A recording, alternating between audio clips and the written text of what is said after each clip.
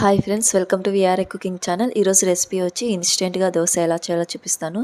చాలా టేస్టీగా ఉంటుంది. మీరు కూడా ఒకసారి ట్రై చేసి చూడండి. ముందుగా ఒక కప్పు దాకా అటుకులు వేసుకోవాలి. 1.5 కప్పు చిన్న బొంబాయి రవ్వ అంటే సోజి రవ్వ అంటారు కదా, అది వేసుకొని ఒకసారి కడుక్కున్న తర్వాత ఒక కప్పు దాకా పుల్లటి పెరుగు వేసుకొని బాగా కలుపుకొని ఒక 15 నిమిషాల పాటు నానబెట్టుకున్న తర్వాత ఒక మిక్సీ జార్లోకి వేసుకొని కొంచెం వాటర్ యాడ్ చేసుకొని మెత్తగా గ్రైండ్ చేసుకోవాలి.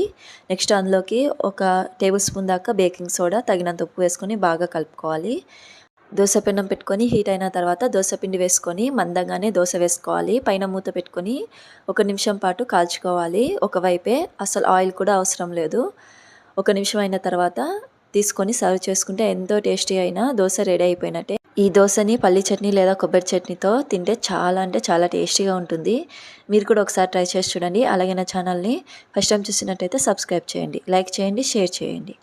Thank you.